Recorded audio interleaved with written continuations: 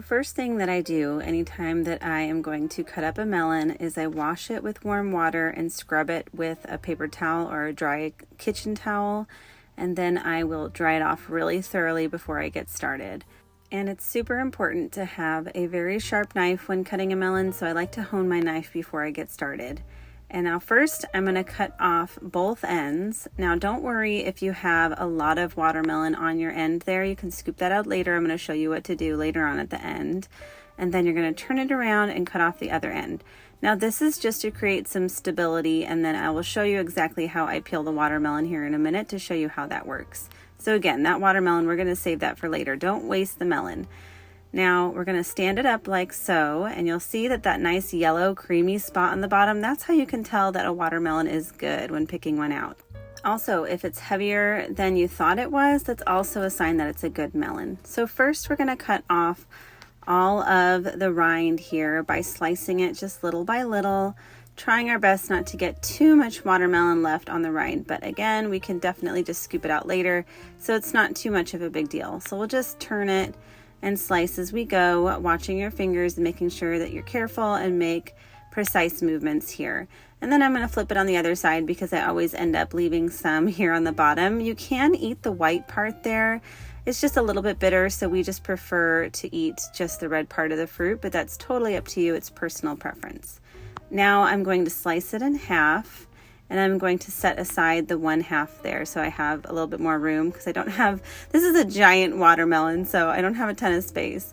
Now I am just going to be slicing about 1-inch pieces here, and I'm going to show you how my favorite way is to cut this into cubes.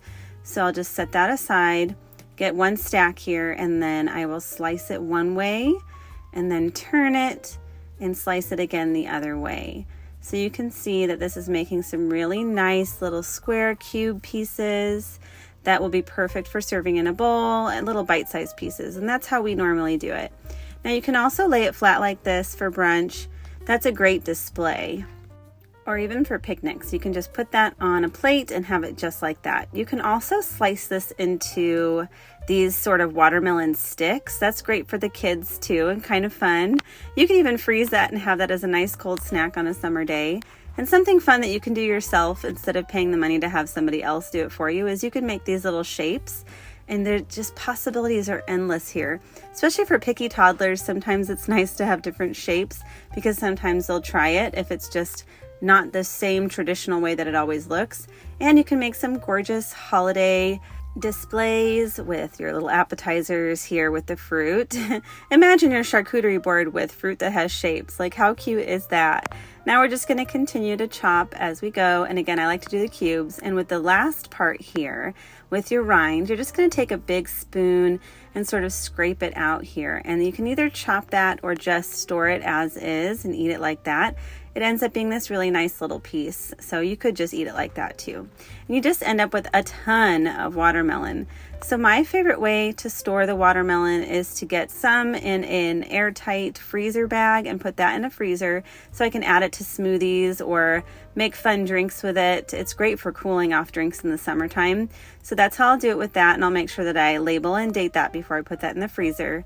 And my other favorite way is to put it in this airtight container here. I'll put a link in the description to this specific one because it really does work great. It keeps it airtight and it lasts a lot longer and doesn't get as mushy.